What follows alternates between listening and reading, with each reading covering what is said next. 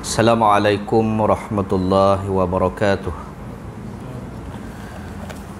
Innal hamdulillahillazi nahmaduhu wa nasta'inuhu wa nastahdi wa nastaghfiruh. Wa na'udzu billahi min shururi anfusina wa min sayyiati a'malina. Man yahdihillahu fala mudhillalah wa man yudlil fala hadiyalah.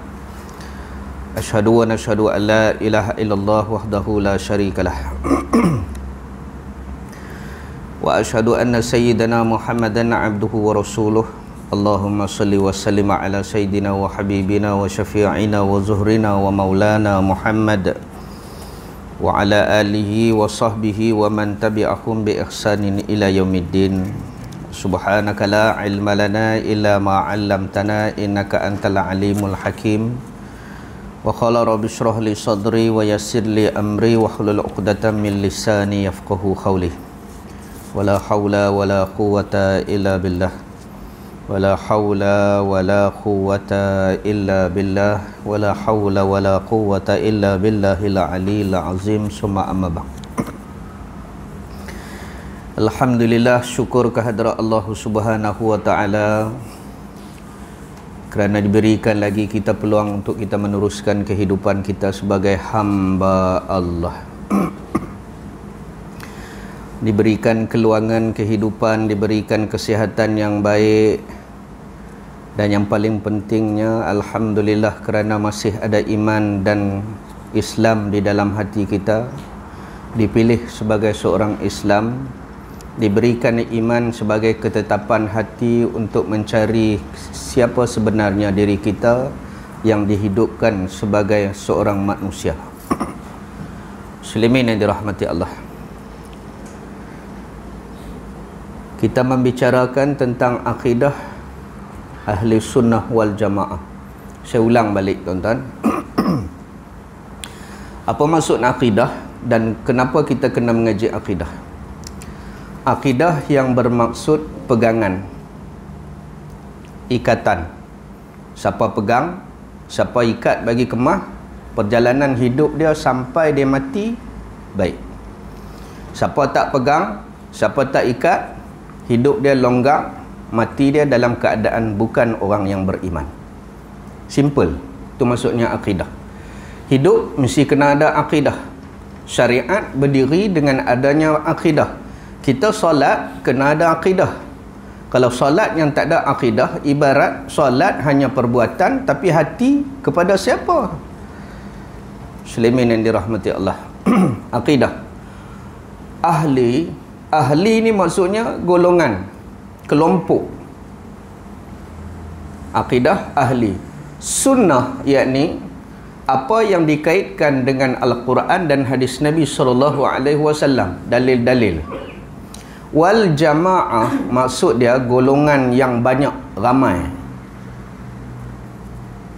Kalau terpencil maka dia tak termasuk. Contohnya tak diketahui, maka dia tak termasuk ahli sunnah. Muslimin yang dirahmati Allah. Baik.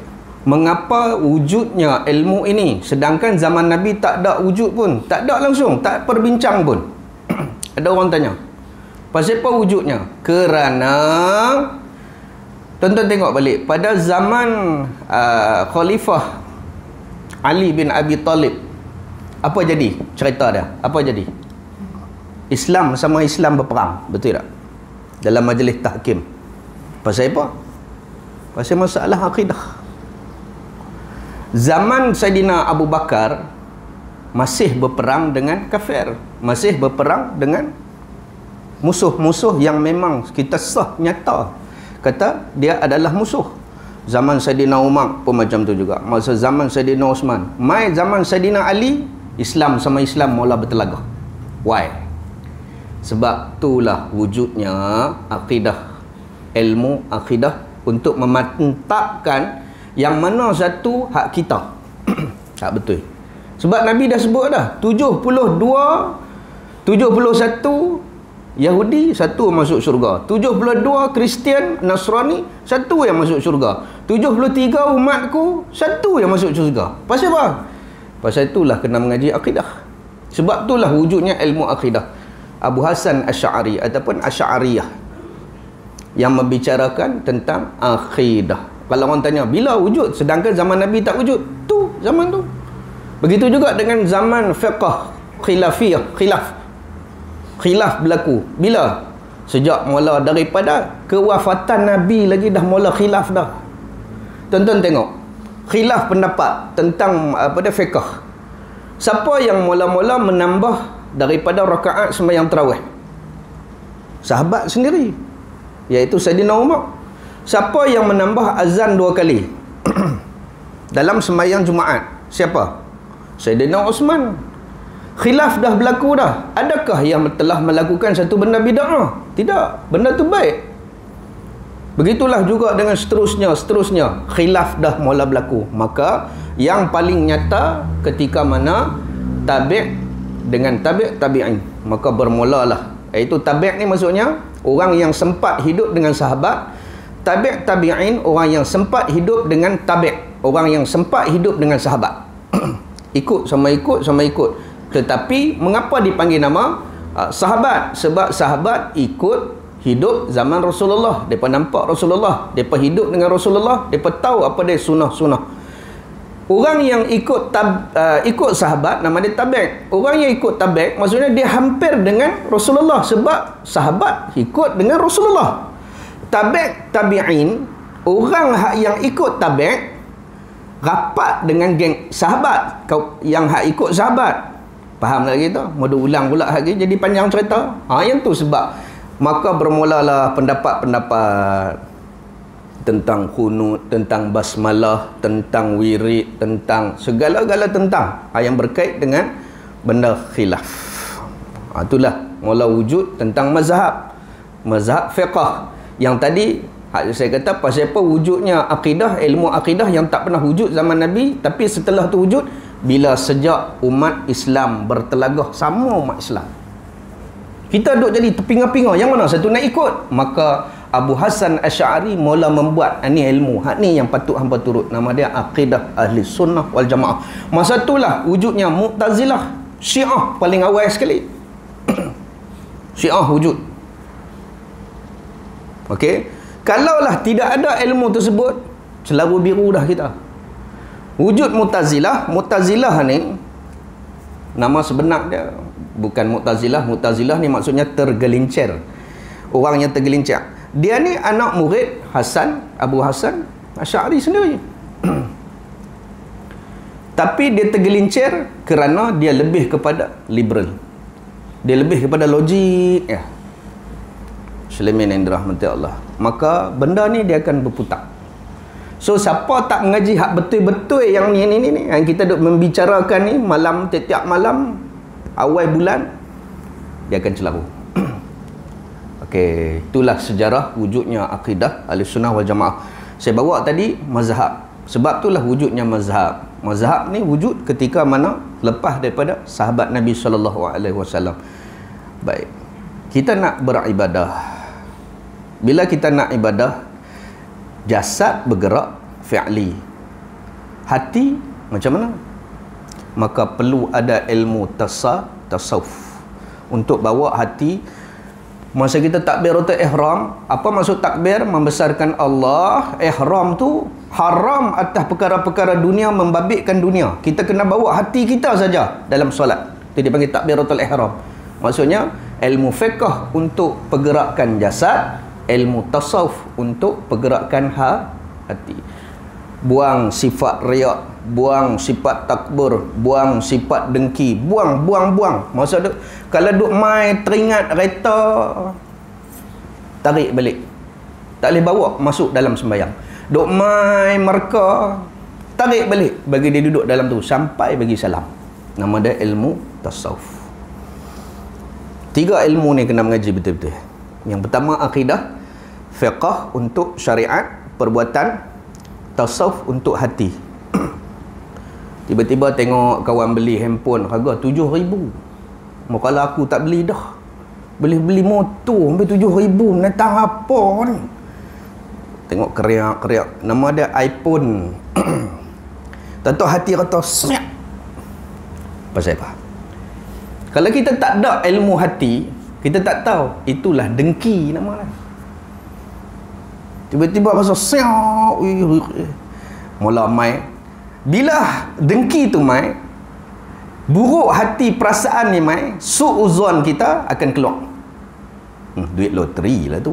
Duit curi tamana tu. Dia mula mai. Tidak. Maka bila kita tahu penyakit hati kita, mula berdetik, oh aku ni sedang beriri hati, oh aku sedang hasad dengki, oh astagfirullah, astagfirullah, maka kita akan redha. Sebab apa dengki ni tak boleh? Dengki ni tak boleh sebab dengki itu menolak redha Allah. Dia boleh dengan haram ke, dia boleh dengan apa pun Allah bagi. Kita tengok tu tadi, seolah-olah kita tak redha Allah beri pada dia, walaupun macam mana pun dia boleh. Jangan kira tiba-tiba kawan hak kita hak tak segak gigi jongam nikah dua, kita duk keriak. Kenapa duk keriak? Pasal apa? Dia pergi ke dia lah. Tu tak tahu kata dia tidur luar apa kali dah. Kita duk kira duk dengki. Dia pergi ke dia lah. Muslimin yang dirahmati Allah. Kira jangan terasa cepat. Maksudnya kena mengaji bab sifat 10 sifat mazmumah, 10 sifat mahmudah, supaya kita hidup tenang. Irji'i ila rabbiki radiyatan mardiyah. Pasal apa yang boleh pulang kepada Allah dengan penuh keredaan Allah? Allah redha kita pulang bila kita mati. Sebab ya ayyatuhan nafsul mutmainnah, wahai jiwa yang tenang. Pasal apa dia tenang? Dia tak ada 10 sifat tu. Waktu dia nak mati pun dia redha. Sebab apa? Bila tak ada harta pun, tapi aku anak-anak seorang hafiz, seorang ustaz, seorang ulama, seorang, dia redha walaupun tak kaya. Itulah harta dia yang paling berharga. Hak tu yang nak baca doa. Kalau ada 10 pun jadi semua berjaya, seorang tak pernah baca Rabbi fili wali walidayya, nak buat apa? Muslimin yang dirahmati Allah. Okey, baik. Kita sambung balik dalam perbincangan kitab kita 178 muka surat. Dalam bab beriman kepada kitab. Betul? Okey. Hari ni kitab Taurat. Okey, baik. Wa qala musannif rahimahullahu taala anhu, kata pengarang kitab ini Haji Sa'id bin Haji Ibrahim almarhum, moga-moga dirahmati Allah, bekas mufti negeri Sabah, orang alim. Sahibus samaha. Moga-moga Allah merahmati, mengampuni dosanya. Moga-moga Allah mengampuni dosa kedua ibu bapanya. Moga-moga Allah mengampuni dosa guru-gurunya. Moga-moga Allah mengampuni dosa muslimin muslimat umumnya. Amin ya rabbal alamin. Tafa'u bihi ila darin. Moga-moga dimanfaatkan ilmu ini dunia hingga akhirat. Baik. Bila kita membicarakan tentang rukun iman, kita masuk dalam beriman kepada kitab. Kita masuk bab kitab hari ini, kitab Taurat. Kitab Taurat. Ulama ni kata di dalam kitab Taurat yang asal diterangkan hukum-hukum syariat. Kitab Taurat pun yang diturunkan kepada Nabi Musa ada syariatnya. Apa dia syariat? Cara ibadah, cara nak hidup dengan masyarakat. Syariat, saya ulang, syariat ada 4. Yang pertama ibadat, yang kedua muamalat, yang ketiga munakahat, yang keempat jinayat. Perkara inilah yang berkait dengan perkara syariat. Kita nak sembahyang, ibadat, ada tak? Ada. Jangan mengaji bab ibadat saja, bab muamalat, cara jual beli, sewa dan sebagainya kita tak mengaji. Sebab hak tu pun termasuk syariat. Boleh tak menipu? Tak boleh. Boleh tak makan riba? Tak boleh. Sebab dia termasuk syariat. Yang ketiga munakahat, sampai tak tahu talak sampai berapa dah bini. Sampai tak tahu dah berlaku li'an, tak tahu dah berlaku zihar dan sebagainya. Punya tak reti. Itu termasuk syariat. Yang keempat syariat adalah jinayat, hukum jenayah bagi orang yang telah mempelakukan satu benda yang ambil hak orang. Macam mana nak balas balik dekat dia bagi sama adil. Itu nama dia jinayat. Itulah syariat. Dok kata undang-undang syariat, mahkamah syariat. Mahkamah syariat ni membicarakan tentang ni. Tapi yang duk adalah munakahat lah. Duk di mahkamah syariah. Mahkamah syariah. Apa dia? Pejabat agama pun. Bab nikah kahwin. Bab harta faraid bagi kat tanah dah. Tapi bab jinayat nak cerita tak boleh-boleh. Faham betul? Tak faham pun tak apa. Kena bagi faham. Setiap Nabi, setiap kitab yang diturunkan kepada Rasul-Rasul yang terpilih ini, syariat dia ada. Syariat berkisar 4 benda ni. Dan akidah yang sama, iaitu mentauhidkan Allah dalam kitab-kitab yang telah diturunkan, serta keimanan yang sebenar-benar, yang betul-betul iman yang bagaimana? Iman yang mengikut iman yang diturunkan oleh Jibril alaihi salam, dan yang diredai oleh Allah Ta'ala, kehidupan yang diredai. Di dalam kitab Taurat yang asal itu juga menjelaskan akan dibangkitkan, ada yaumul ba'ts. Dalam semua kitab cerita tentang akan dibangkitkan, bukan kata mati hancur lebur, ataupun mati hidup balik jadi tokke, mau jahat sikit jadi rebau, mau jahat lagi jadi anjing. Hak tu dia tu agama apa tu kan? Ada agama hak macam tu, hidup kembali tapi tak jadi. Tapi kalau Tok Sami, kalau dia mati sirna, betul lagi apa dia nama, nirvana. Lepas tu dia akan bangkit balik jadi Sami juga, duduk celah pokok katanya, duduk atas lotus. Ni kepercayaan karut marut, animisme dan sebagainya. Okey, tak ada. Kita mati dibangkitkan bukan di dunia ni, di tempat lain. Semua kitab cerita benar yang sama. Okey. Dan diutus seorang nabi dan rasul yang terakhir. Semua kitab ni cerita tentang akhir zaman akan wujud. Nama dia Ahmad. Ismuhu Ahmad. Sebut dalam Injil, sebut dalam Taurat, sebut dalam Zabur. Akhir zaman akan wujud. Tapi pasal apa dia tolak?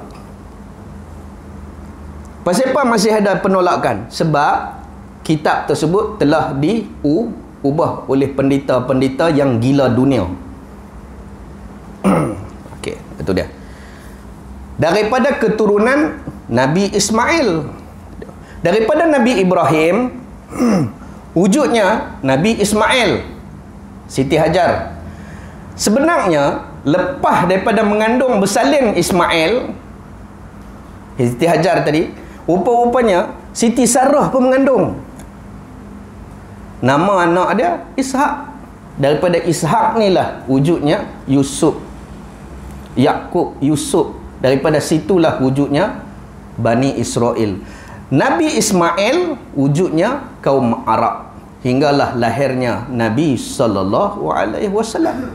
Ada orang tanya saya, pasal apa waktu sembahyang kita akhir sekali tahiyat akhir, pasal apa kita dah duduk sebut Sayyidina Ibrahim wa ala ali Ibrahim? Pasal apa? Pasal itulah Tok Wan Nabi. Pi kok mana pun susun galor dia tetap ke Nabi Ibrahim Khalilullah. Terus ke situ, terus ke situ. Siapa yang puji Nabi Ibrahim sama dengan puji Nabi Muhammad, sebab Nabi Muhammad adalah cucu kepada Nabi Ibrahim. Dan orang Yahudi juga mengatakan Yahudi ni keturunan daripada Ibrahim juga. Ya, sebab dia mai daripada Ishak. Satu benda yang sama juga. Okey, baik. Semua duk kata benda yang sama. Akan lahir seorang, dalam kitab-kitab tersebut semua mengatakan bahawa akan lahir seorang hamba Allah daripada keturunan Nabi Ismail, putera Nabi Ibrahim alaihissalam. Sebut dalam kitab. Tapi pasal apa mereka tak jumpa dan mereka buat penolakan? Sebab ada pendeta-pendeta yang jahat yang cuba ubah. Mereka kata dah, hanya keturunan Yahudi saja akan lahir para Nabi. Nampak jahat mereka. Nak bak tadi mereka hebat.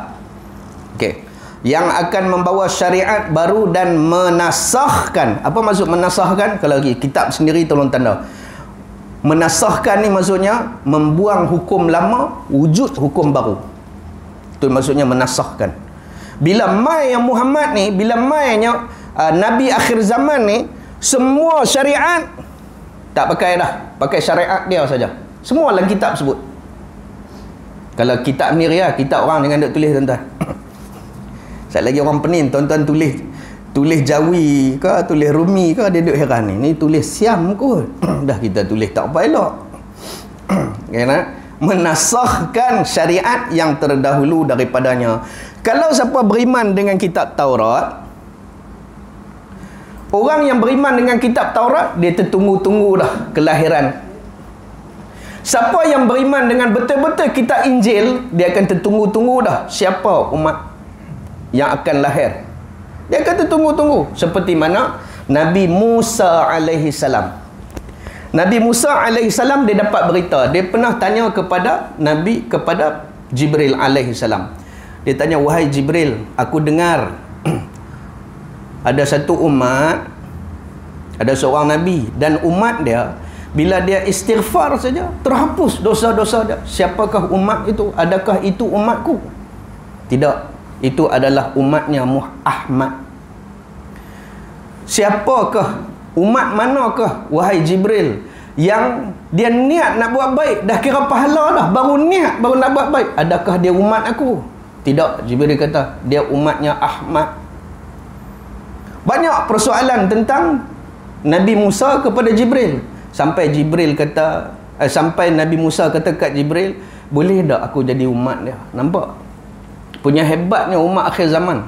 Nak abang di sini kata, akan lahir satu Rasul, Nabi yang akhir zaman, yang umat dia sendiri mendapat faedah yang cukup banyak.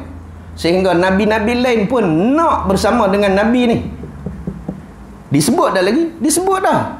Cuma dibohongi, diubah oleh pendeta-pendeta mereka. Supaya mengatakan hanya mereka saja betul. Pasal itulah kena wujudnya satu pembukuan, satu benda yang boleh kita pegang, hak tu saja betul. Nama dia akidah. Kitab akidah. Ni dak hak kita sendiri ni. Duk heran. Dia kata Nabi dulu tak pernah mengajar kitab akidah pun. Nabi tak pernah mengajar pun. Ni semua bid'ah ni semua sesat ni. Mula dah. Dia jadi dah. Okey tak? Muslimin yang dirahmati Allah. Kitab Taurat yang ada di tangan orang-orang Yahudi sekarang sudah banyak yang diubah. Siapa yang ubah? Pendeta mereka. Ustaz-ustaz mereka lah. Sebagai bukti bahawa Taurat yang ada sekarang tidak ada menyebutkan mengenai syurga. Seolah-olah macam tak pernah sebut pun syurga. Sedangkan disebut pada kitab asal. Neraka tak disebut. Ba'ts, hari kebangkitan. Hisab tak sebut. Hadu adalah dalam kitab Taurat. Perhitungan amal baik dan jahat dipanggil hisab. Mahsyar tak disebut. Mizan, timbang, tak disebut. Dan lainnya yang berkaitan dengan persoalan hari kiamat.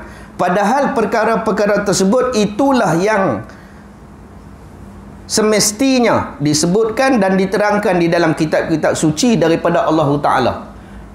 Selain pada Quran yang 3 lagi, semua akan sebut. Tiba-tiba bila cek ya, tak ada. Maksudnya berlaku tak pembohongan? Berlaku. Maka ikutlah hak baru, iaitu Al-Quran.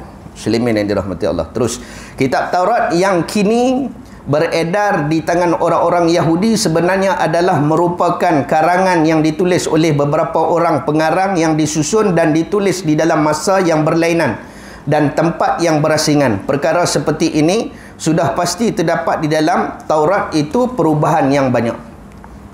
Tak cerita tentang syurga neraka. Tak heran ke? Okey.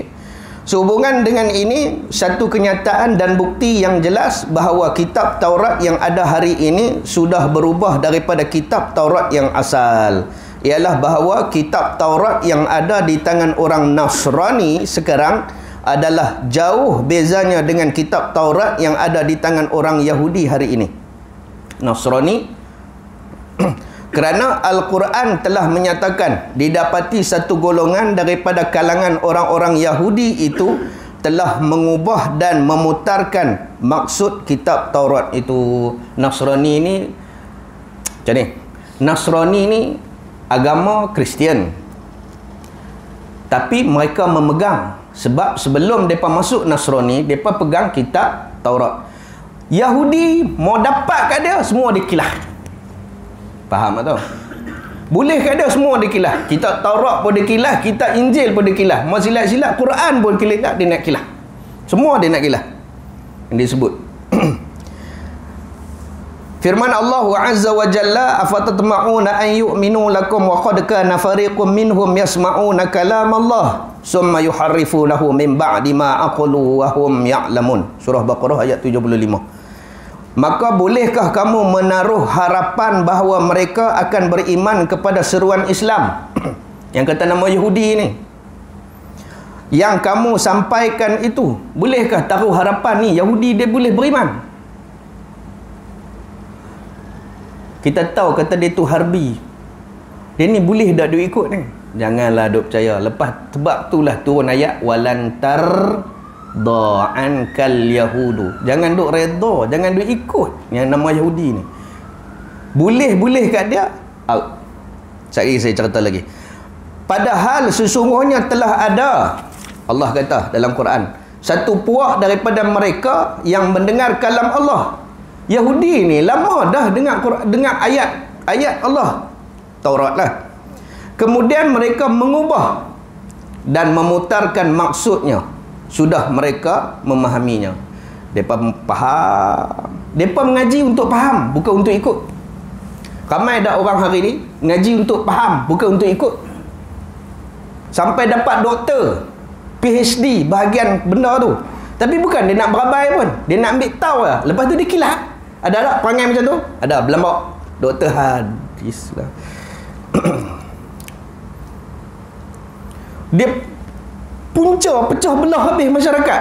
Dia mengaji untuk beramai ke? Okey, saya nak sebut tuan-tuan, al ulama warasatul anbiya. Okey, ambil poin ni. Ulama waris para nabi. Kalau nak tengok ulama yang betul-betul ni, dia ikut sunnah nabi betul-betul. Tapi dia kata dia ulama, sunnah nabi apa yang dia buat? Tak ada terus dia ikut lah. Hak ni tak kena, hak ni tak kena. Bubuk suara pun dia kata tak boleh makan. Baru boleh jadi. Tahun lepas saya duk bincang dengan tuan-tuan kan, ni baru ni jadi pula dah. Orang ni duk bagilah bedak bubuk suara di masjid. Main-main dia tengok clean dia tak makan. Betul dia perhati orang atas bawah. Awak bubuk suara tu haram sampai terang mana sangat ni, sampai tak mau makan. Dia kata bidak. Allah. Nampak tak? Pecah belah.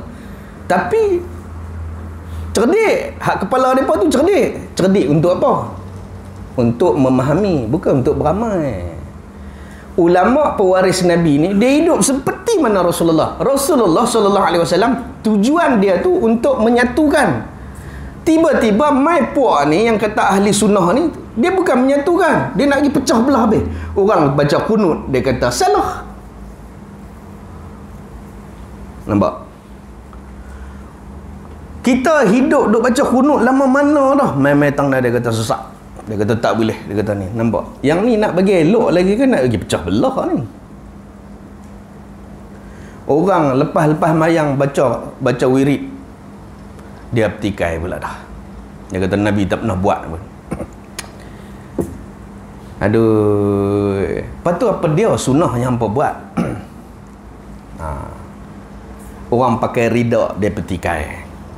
Orang pakai serban, dia petikai. Dia petikai habis-habis. Lepas tu pakai sebenarnya macam mana? Tak tahu. Lalah pakai topi sudu, hak kepala depan ada macam tu. Tu boleh pula dah. Faham diri lah tuan-tuan. Siapa sebenarnya yang pemecah belah ni?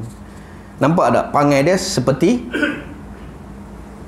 mengaji, faham kitab untuk dipahami, bukan untuk diamalkan. Seorang alim, seorang yang ada ilmu, dia mengaji untuk dia beramai.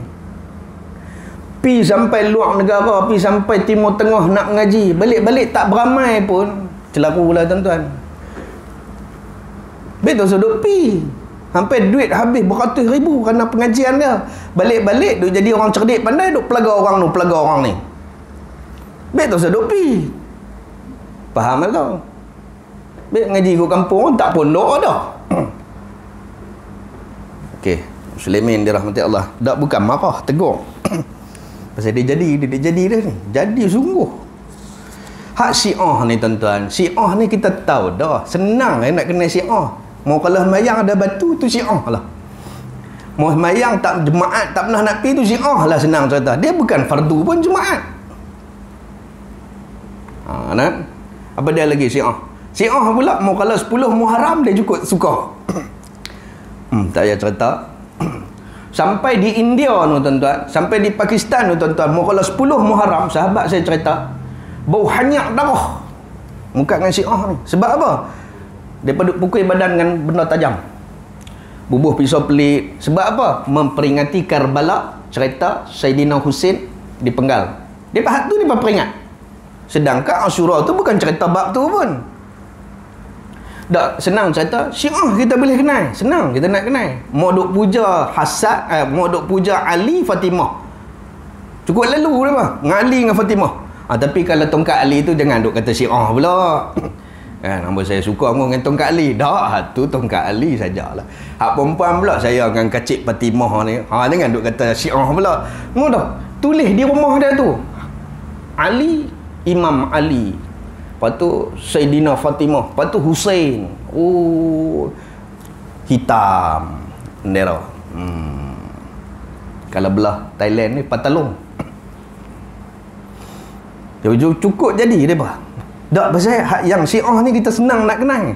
Senang nak kenal. Walaupun dia takhiyah, dia pura-pura. Ni hak ini duk cerita sesuatu duk pecah belah. Orang buat elok macam ni, dikilas macam ni. Dikilas macam ni. Konon ada hadis sahih. Okey. Muslimin yang dirahmati Allah, dia lebih kurang dah ni akhir zaman ni tuan-tuan. Mengaji untuk beramal ke mengaji untuk bila faham nak bagi orang pecah belah? Jawab sendiri. Pergi mengaji sampai boleh PhD, sampai alim, sampai ada seorang tu sampai 2-3 PhD. Tapi balik duk pecah belah orang, buat apa?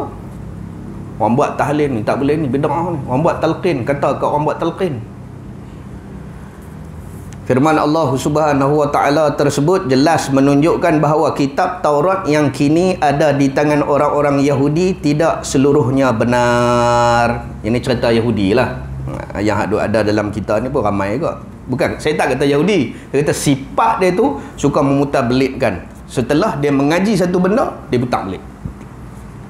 Malah hanya sebahagian sahaja yang didapati benar. Firman Allah, manil ladzina hadu yuharrifunal kalima am mawadhi'ah. Surah An-Nisa 46. Di antara orang-orang Yahudi ada yang mengubah, yakni atau menukar ganti kalam Allah, yakni isi kitab Taurat daripada tempat dan maksudnya yang sebenar. Maksud hak yang nak disampaikan, okey, macam ni kita kata tuan-tuan, Quran turun kita tak faham apa dia maksud alif lam mim zalikal kitabullah, kita tak tahu, maka Rasulullah datang dengan hadis menerang ayat-ayat mutasyabihat, ayat-ayat yang jelas, ayat-ayat yang kurang jelas, semuanya diterang oleh Rasulullah. Contoh cerita satu hukum, contoh tuan-tuan, betul tak disebutkan 5 waktu sembahyang dalam Quran? Tak disebut. Maka datang hadis Nabi sembahyang 5 waktu tersebut. Cara dia ikut Nabi. Tak ada pun disuruh. Yang disebut farka', rokoklah kamu. Fasjud, sujudlah kamu. Hatu ya. Siapa yang kita kena ikut? Ikut Rasulullah. Oh, rokok ni macam ni. Oh, sujud macam ni. Berapa kali?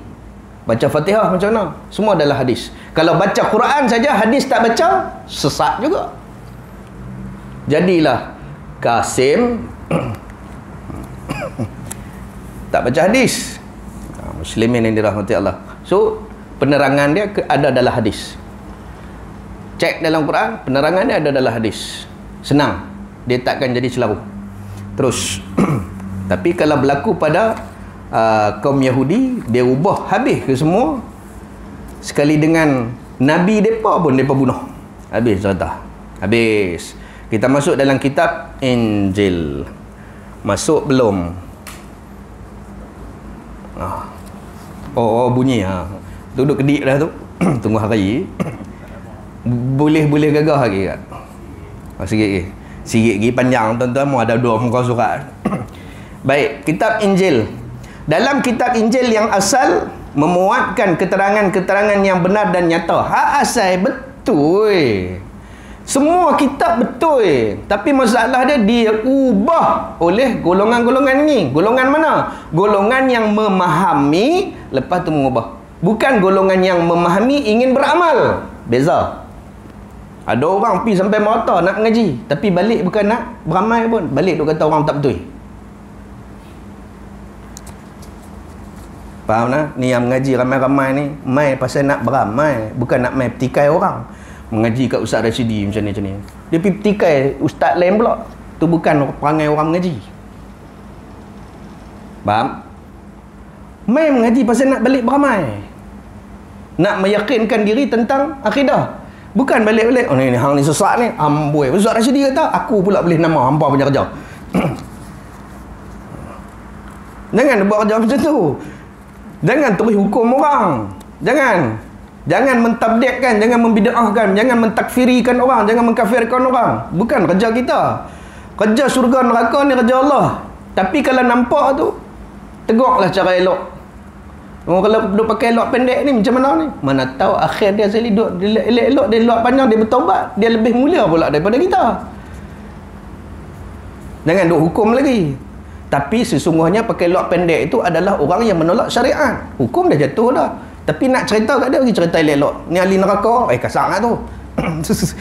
Ni hukum dalam Islam tak boleh. Mau cerita pergi elok lah sikit. Kan? Pandai-pandai adun kan tuan-tuan. Ni memang ni ahli neraka. Mau dak ahli neraka, wah ahli syurga. Berkelahi. Dah, kena pandai. Okey. Bila hikmah. Cara dia bagi ada hikmah. Sulaiman ini rahmati Allah. Sama ya. Semua kitab yang diturunkan adalah benar dan nyata. Di dalamnya disebutkan perintah-perintah Allah. Apa maksud perintah Allah? Syariat. Menyuruh umat manusia mentauhidkannya. Apa dia mentauhidkan? Mengasalkan Allah. Okey, semua kitab sama ya. Semua rasul bawa dakwah yang sama ya. Dan melarang mereka itu menyekutukannya. Dalam keadaan sembah Allah, jangan ada sembah benda lain. Kena faham tauhid rububiyah, tauhid uluhiyah, tauhid asma' dengan tauhid sifat. 4. Okey, contoh. Tengoklah dalam COVID-19 pandemik ni. Berapa orang yang sembah wang ringgit? Faham tak? Berapa orang yang sembah wang ringgit? Waktu dia senang, dia seronok. Tiba-tiba mai COVID-19, tak boleh buat kerja dah. Duit pun kau habis, duit pun tak ada. Oh, mengeluh, mati dah aku. Awal, selama ni hang hidup dengan siapa? Dengan Allah ke dengan wang ringgit? Maksudnya dia tak faham tauhid rububiyah. Hak kita duk sembahyang ni tauhid uluhiyah. Tuhan yang kita sembah. Tauhid rububiyah, Allah tarbiyah kita, susah senang iman. Allah ni nampak Allah tengah duk uji kita. Sejauh mana kita nak bertauhid ke Allah? Senang, saya bagi satu mudah lah, senang. Selalu saya sebut, tuan-tuan sakit kepala. Tuan-tuan cari apa kalau sakit kepala? Ubat lah, Panadol lah. Makan Panadol lega. Sip baik ada Panadol, jatuh tak? Panadol tu asbab saja. Panadol tu sebab bagi sembuh ya. Tapi penyembuh dia siapa dia? Kalau tuan-tuan kata aku tikam hang mati, yang mematikan siapa? Kerih tu ke? Pisau tu ke? Senapang tu ke? Tak. Yang matikan Allah. Yang tu asbab saja. Pendarahan keluar, benda dalam banyak yang rosak, maka matilah ia. Aku bakar mati. Nabi Ibrahim mati ke? Kena bakar. Nabi Yunus mati ke? Jatuh laut? Tak ada. Tak boleh sabitkan dengan makhluk. Kalau betul pahaman ni, tauhid kita kemah. Dengar-dengar kata ditambah pula apa dia, PKP. Wah. Dah sama, lebih kurang kata pun. Tapi memang tak apalah, kita ketiak cara lain. Tu tak apalah lagi. Memang semua terasa. Tak usah duk muhung lah. Semua terasa lah. Kucing di rumah pun terasa lah. Duk selalu makan 3 kali. Sebab tuan dia bagi makan sekali lah. Dia pun terasa lah. Dengan duk kata lah. Semua terasa. Kambing dalam kandang pun duk heran. Mana dia tuan aku rupanya tu buat kerja lebih MLM pula dah. Duk ingat hari tu duk pergi tebas rumput yang bagi kat aku. Rupanya 3 kerja dah tuan aku buat. Tu yang tak dan main ke kebun. Pasal apa? Pasal tu lah. Semua terasa. Cuma lah ni tauhid kita dengan Allah macam mana? Faham tauhid yang betul. Sulaiman yang dirahmati Allah, Injil. Boleh berhenti aku. Sekejap lagi depa main marah pula. Tak. Oh, ada kenduri pula. Okey. Abang tu awal berhenti terus, tak apa. Sulaiman dirahmati Allah. Nanti kita sambung balik bab Injil. Tuan-tuan, walaupun Injil tu kita kata bukan kitab kita, tapi kita tetap wajib beriman dengan kitab-kitab. Nak kena tahu sebab dia tak lari yang sebenarnya, tapi lari sebab orang yang ingin memahami tapi bukan untuk beramal, memahami untuk mengubah. Okay, itulah berlaku sampai kelar pun. Ada orang yang pergi mengaji untuk memahami tapi bukan untuk beramai, bukan nak bagi elok, rupa-rupanya nak mengubah hukum yang dok ada. Okey nah, hak tu selalu saya pesan. Tok guru pondok, tok guru pun dok pesan. Pergi mengaji jauh-jauh, ingatkan balik boleh dok tolong kita. Rupanya dok mai hak nu tak kena, hak nu sesat, hak ni sesat, anu bidah, hak ni bidah. Apa dia hangpa ni? Sulaiman yang dirahmati Allah. Nu bincang daripada kurun berapa dah. Hari ni memang dia duk berkoceh pula dah. Yang nu tak kena, yang ni tak kena. Takat tu saja tuan-tuan, minta ampun, minta maaf kalau ada terkasar bahasa, terlajak bicara yang baiknya daripada Allah Subhanahu wa taala. Segala keburukan itu daripada diri saya sendiri tuan-tuan. Aqulu qauli hadza wa astaghfirullah li wa lakum wa lisairil muslimin wal muslimat. Bismillahirrahmanirrahim. Allahumma faqihna fid din. Allahumma faqihna fid din. Allahumma faqihna fid din wa 'allimna ta'wil ila siratikal mustaqim. Rabbana la tuzigh qulubana ba'da iz hadaitana wa hab lana min ladunka rahmah innaka antal wahhab. Sallallahu ala sayidina Muhammad wa ala alihi wa sahbihi ajma'in walhamdulillahi rabbil alamin. Assalamualaikum warahmatullahi wabarakatuh. Allahumma shalli ala sayyidina